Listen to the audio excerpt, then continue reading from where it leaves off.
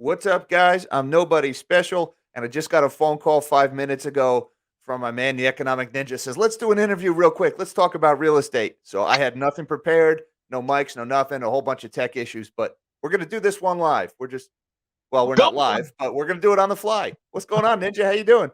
Not much. How are you doing? I'm doing great. We got some information today. Just hit the tape. Like Yep. me and Mish were talking about this over the phone not 5 minutes before your call about new home sales. Check this one out in Bloomberg today. Just came out. U.S. new home sales plummet to slowest pace since early 2016. Purchases dropped 12.6% in July, the sixth decline this year. Homes available for sale rose to the highest level since 2008. So we've got sales are dropping, we've got inventory is rising. But we were just talking a minute ago, something you mentioned, the prices still haven't moved. So what's going on? What's up with real estate right now? Yeah, so there's so many things running through my mind. So let's talk about first off, I had to start a whole new YouTube channel just called The Real Estate Ninja because there's so much data coming in, so much news. I want to focus on real estate on that channel because I want to encourage people to wait because it's about to get really exciting, but you need to wait. So 2016, very important year. See, in 2015, the end of 2015, actually, the Federal Reserve started raising rates. Most people don't realize that. They were sitting at a Fed funds rate of around a 1/4 of 1%. They started raising it incrementally, called the dot plot plan. They did this also in 2004, and that's what took out real estate by 2007. When they started raising rates in 2016, again, because prices were rising in homes, mortgages went up, but they went nowhere near. Now, on the percentage basis, they were at the same rate, just about, right? They were in the fives and sixes. But what happened is people started slowing down their purchases of homes because they got more expensive between the price of the home coupled with the mortgage rate. We're seeing that same thing now, but way worse because we just came out of something way worse. And that rubber band, as it gets stretched and stretched and they let it go, it's going to snap back even faster. So 2016 is something very important to remember because we saw that back then, right? Now, what's interesting is it said that homes available for purchase are hitting 2008 numbers. Now, realize this, people. I sold all my homes by early 2006 because I saw the bubble bursting, and that's when it burst, was in mid '05. By 2008, obviously, there were a lot of homes for sale because people are like, hey, this is it. We're liquidating. And now show that. Can you show that screen one more time? We're going to read that one more time so people really get a grasp. It says homes available for sale rose to the highest level since 2008. So just like what we're hearing about inflation has now hit 40-year highs, where if you look back 40 years, that was coming off of the peak of the inflation peak back in what, 81, 82, around there. We are now saying homes available sale rose to the highest level since '08. That's when everything was crashing. And you haven't seen anything yet. And the reason why people don't understand that, and this is why I keep stressing this, one thing that we did not have back in 2008, because they say all the time, this time is different. I said, yeah, it's worse. And they said, no, we don't have any of those ninja loans and things like that. We actually do. We have two things going on. Better.com, most people don't understand when you talk about these all cash offers. Better.com, among other companies, specializes in a very interesting loan product where you essentially go get qualified so that they give you enough money to put an all cash offer. So I want to explain to people and get this through their heads. These all cash offers running around weren't just institutions; they were retail purchasers. All right, so that is 100% loan value that is going to come crashing down. Another thing that we did not have in 2008 was the idea that I could take a home in somebody's neighborhood and turn it into a hotel, which actually took that house off the market for a family to rent. All right. So that put increasing pressure on the rental market. Well, now you're about to see a bunch of people that bought literally 40 homes and started their own Airbnb empire about to go, oh crap, what's happening in the market? I need to get out now. Because one thing that goes on with people that own Airbnbs is their numbers. These are number games. This isn't an emotional real estate buy. It's business. And if all of a sudden I start seeing my equity drop and I think it's going to drop even more, I'm getting out and I'm going to take advantage of the lower prices. The problem is, just like with that horrible tragedy in the nightclub, in Rhode Island, I think 10 years ago, when everybody goes running for the exits because there's a fire, they all get jammed up at the exit. And that is where, business speaking, catastrophe happens. You mentioned Better.com. a second ago. Isn't that the same Better.com that was it in December that they had that big Zoom meeting and they announced, "Hey, if you're on this meeting, you're fired effective immediately"? Yeah, and let's explain that because a lot of people didn't understand what he was doing. He wanted to take Better public, and to take it public to get the best bang for their buck when the IPO came out to get the best share price, they wanted their numbers to be really well. What's the most expensive thing that a mortgage company has as far as expenses? It's their actual employees, right?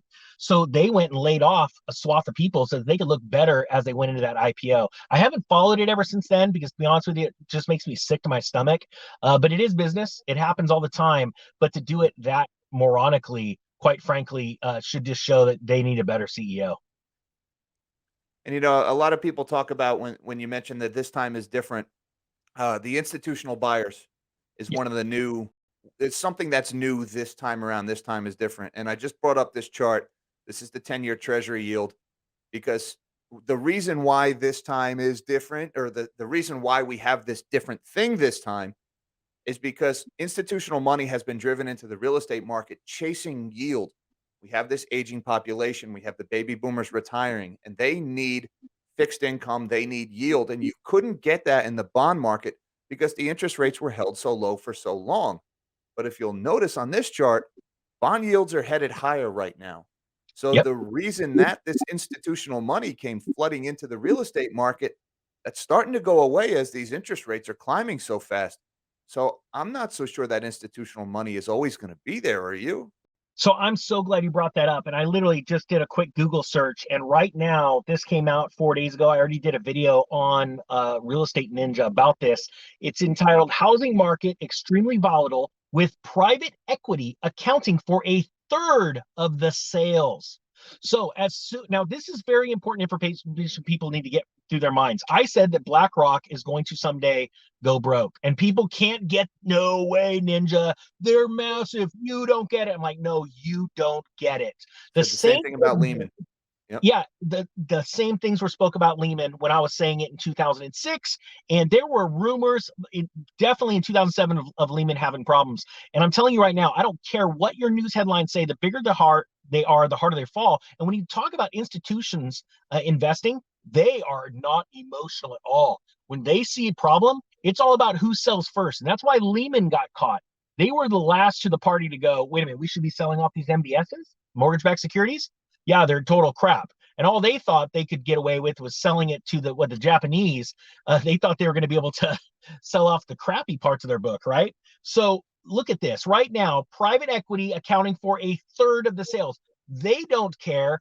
They're smart. They're getting out now, and Joe Schmo, or the mom and pop Airbnb businesses, or hey, I became a millionaire in real estate, where we're seeing a lot of YouTubers touting, I've got 40 doors or I've got 100 doors, but they started investing between 2010 and 2015. They've only known prosperity, and that money will be gone so fast. That equity will be ripped from them as sales, higher amounts of properties hitting the mortgages or the markets, translating to lower prices, because people, like in Austin, if you go just do a quick Zillow search, everyone's having to drop their prices by 10% to stay in the forefront of the very few buyers right now. So a third of all sales are now institutional money. They're I had getting out, baby. And the reason why is not only are they reading the headlines, their algorithms, they pay people, uh, professionals, a lot of money, and computer systems a lot of money to read this data and know, oh, pretty soon the average American's going to figure out, oh, your house isn't worth what it was. And what's going to happen? They're selling ahead of this. And if you think about it, like you just said, as bond yields go up, they go, what's more, what's better? Have a house in a frothy housing market with very few buyers, or have a bond that's secured in a different way that protects my bottom line? I'm going to go with the bonds. Now you touched on a couple of points there about last time, and about the holding of the mortgage-backed securities, and the reason Lehman was caught holding the bag, or the reason why it became a bag in the first place. You had a couple of things. You had moral hazard was going on, where they were just endlessly bidding up asset prices because it wasn't their money. They didn't care. Yep. Right. And that's what we have going on with BlackRock right now. BlackRock is using our money, our pensions, our 401ks, our IRAs to bid up home prices. They don't care. It's they'll bid 50,000 over ask. It's not their money. Who cares, right? That's You wouldn't right. do that with your money. Yeah. But the other thing is that homes became unaffordable for people back then. Layoffs started, and then people stopped paying their mortgage. And that's always kind of been the one missing ingredient this time around that I haven't yet seen. And I'm bringing up the unemployment rate right now, sitting down here at 3.5%. And at least my interpretation of the real estate market, the reason why the prices haven't yet started crumbling is because people are still making the payments. People are still supporting these higher prices, at least for now. Mm. Do you see any of that changing? Yes, I do. So first off, there's a difference between unemployment and underemployment, right? We know there's a lot of people to make ends meet are working 2 or 3 jobs right now. Big difference. That's a metric that the government doesn't want to tell you that's really changed. They make it look really good, but it's really not. The other thing too is are real wages keeping up with inflation? And we know they're not. There's other data points in the Fed's put out that shows that. Here's the thing. The other day, my buddy, I tried to get my friend to sell. He has 2 homes, a rental and his own home. He owes money on both of them. If he was to sell at the peak right now, if he could, I don't think he could even get a buyer right now at these prices, he would be able to pay off his home. And I said, go do that. That's good economic advice, right? Financial advice. He didn't want to. He wants to play the game, the cash flow. Renter moved out, a new renter moved in. He goes, you'll never believe it. I just rented it for an additional $1,000 a month. He's renting his house in California. I live in one of the most expensive places in the country for $4,500 a month for a 3-bedroom, 2-bath house with an office. It's what, 2,800, 2,900 square feet. Wow. That is insane. But here's the deal. I said, no one can afford that. And he goes, well, they are. And then in the conversation, he goes, well, actually, he's here for a 3-year science experiment with an agriculture company, and they're actually paying $3,000 a month of the rent. He has a $3,000 a month stipend. It's a contract, right? So when we're talking about these high rents, you've got to start looking. This guy's putting $1,500 out of his pocket. His company's paying $3,000 for a 3-year term. Those are not sustainable. And quite frankly, there's a point if those contracts are written right, the company goes, sorry, we have no funding, we're gone. And that guy's going, and my landlord buddy's going, oh crap. And the guy's like, I don't got the money to pay $4,500. So we got to look at where the money's coming from. It's like inflation coming from stimulus money, the velocity of money picking up. It really depends on where this is coming from. It's like Section 8. Section 8 pays a portion of your rent or sometimes all of it. And is that a really good data point to go over, that the government's just using more taxpayer money to house people that don't really want to do it themselves? No, it's not. And so the thing is as money increases, and you know it better than anybody, Jack, as money increases, it actually blows up all kinds of different balloons. And so one of those data points, is real estate. So that's why you could probably tell why I had to start that whole channel, because there's going to be so much news, but it's what do we do with that news? And what I'm telling people is to wait, because real estate collapses take multiple years, sometimes up to 4 years to flush through. And the reason why is because you have to evict and foreclose on all the housing that people bought that they shouldn't have because they didn't have money on the side. So this is a slow moving train wreck. But at the end, if you're patient, people are going to walk away multi-millionaires because they're going to buy when everyone else is running for the exits. Yep. And Joe Brown talks about this on Heresy Financial an awful lot. He talks about the cycle of inflation. That inflation first it hits, first the money supply increases, the Fed printing their money, their stimmies. Then it hits asset prices, right? Stocks start going up, bonds get bid up, real estate goes up.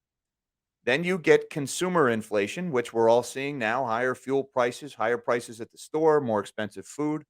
The last thing that goes up is wages. It's the last Yep. part of the cycle. And right now, what the Fed is doing with their rate hikes, and they're telling us with their own words, they're telling us they're going to do that, is they're trying to put the kibosh on the inflation before it hits the wages, which means that final part of the cycle, the wage increases, the part of inflation that will make those home prices affordable for the average people, the Fed is doing everything in their possible to cut that off before it happens. So if the wages don't rise, then these higher asset prices will not be sustainable and they'll have to come back down. Yeah, let's talk about Joe because I don't want to call him out. Me and him we're friends, and we respectfully disagree on where the housing market's going.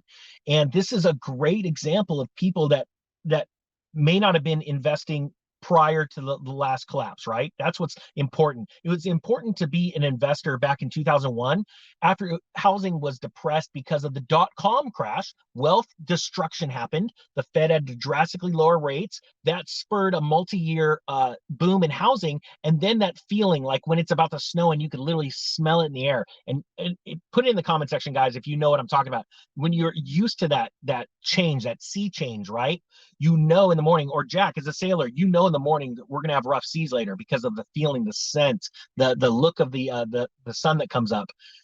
You know, People would never have, a lot of people, experts, they say, no, this time is different because all the institutional buying. And like I just showed you from the headlines, 1/3 of all the sales are coming right now from private equity. And get ready, it's going to accelerate.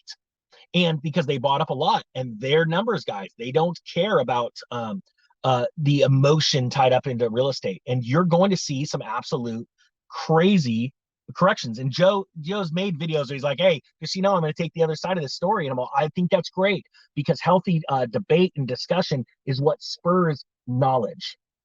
Yeah, I really enjoyed your debate with Joe at the Speak Freely event in Dallas back in March. That was a really good. You guys had a real Abbott and Costello dynamic going. Um, just the right amount of comedy. I really enjoyed that. Both of you guys made great points, and you still make great points, to be Yeah, honest yeah. with you. So As a matter of fact, Jack, if you think about it, you and me and Joe are going to be on stage next week at the Silver Symposium. We may want to do that same thing where we, on purpose, argue with the other speakers to really give people both sides of the story. And in this case, it'll be about silver. yeah. Although I could give you my bearish price target for silver, but I'll probably get booed off the stage in Washington if I do that. Well, I feel the same way. People don't Yeah. like that, but yeah, it's a difference between premium and spot, or paper. By the way, I'm going to put something in the comments, folks, about the Silver Symposium. I'll check it out. I'll pin it out down below. I'm going to put a link in the description. If you use that, you'll get 10% off your tickets to the Silver Symposium. That is an affiliate link. I will be there. Ninja will be there. Joe's going to be there. A lot of big names in precious metals. It's a great event, and I'm really looking forward to it. That's just a week away now, the 30th and the 31st. Yep. But before then, tell me what we're looking at here. Real Estate Ninja. This one snuck up on me. I didn't even know you were doing this. Yeah, it's actually my alter ego doing it. To be honest with you, if you watch it, you'll figure it out pretty quick. But yeah, I had to start the channel because there's so much news that's going to come out in real estate. I do have a big background. I am a real estate agent in California. I have owned two brokerages. One brokerage was really successful because I was selling large commercial properties to pension funds. So I do have experience in that. Don't talk about it too much because, look, there's a lot of information out there that are being kept from people, and I'm trying to figure out ways of doing it without being suppressed. We all know that happens. So I started the channel speaking about real estate because it is the greatest way to gain wealth. It is the only way that you could legally figure out ways legally to not pay taxes. I think it is a great tool, but in the right cycle. And I've been waiting for this crash and talking about it for a year, and now we're here. Even though you haven't seen the prices, but trust me, prices are going to translate. Lack of sales to lower prices very soon by December. Now give us a little hint. Give me what's one of the things that you think would be a cue that real estate would be near a bottom? The crash hasn't even started yet, but once it does start, what are some of the things you're looking for to call a bottom? So the bottom is when interest rates drop and they stop. They hold steady for 3 quarters. That is the most important thing. When the Fed funds rate drops, and the problem is they don't have enough bullets in the chamber right now to really do anything because the Fed funds rate's sitting what, 2.25, 2.5, something like that. Yep. So that's exactly at the exact same point it was at in 2018. Actually, it was Christmas Eve of 2018 when they said no more. We're taking because we just dropped the Dow Jones 20%. We got to stop. It's a really crucial point, and then we got to drop rates. I don't think they have enough to drop rates. I think what they're going to do to keep housing going, and this is the scary thing, they can make the current 30-year conforming mortgage through Fannie and Freddie a 40 or 50-year mortgage. And what that will do is that will spike home prices in the near term, and it will literally force people to buy mortgages, buying real estate, because they know that that's going to drive the price up.